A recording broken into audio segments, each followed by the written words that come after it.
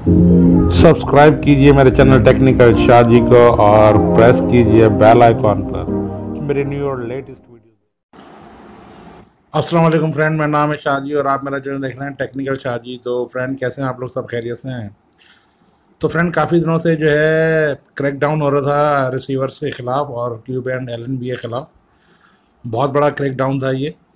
तो फ़िलहाल 21 दिन के लिए जो है इस क्रैकडाउन को बंद कर दिया गया है और फ़िलहाल जो है इंडियन चैनल के ऊपर फ़िलहाल जो है 21 दिन तक का टाइम दिया गया है पैमरा को कि अपना नेक्स्ट लाहेमल आप क्या तैयार करते हैं। अब जो है नेक्स्ट लाहेमल जो है पैमरा को तैयार करना है, क्या तैयार करता है। मगर आपके लिए तो ये खुशखबरी है कि अब जो है इस क्रैकडाउन के बाद जो है ज़ाहिर सी बात है, अगर इंडियन चैनल को दोबारा से ब्लॉक कर देंगे 21 दिन के अंदर अंदर, तो DTH जो है पाकिस्तान जो है लॉन्च करेगा।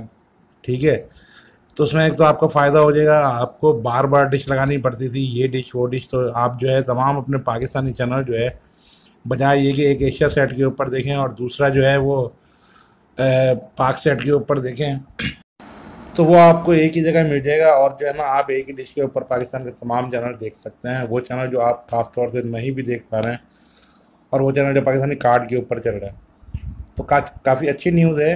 अपने चैनल जो है पाकिस्तानी बहुत अच्छे चैनल हैं। तो DTH का अभी ये तय नहीं हुआ है कि किस साइड के ऊपर उसको लेके आना है।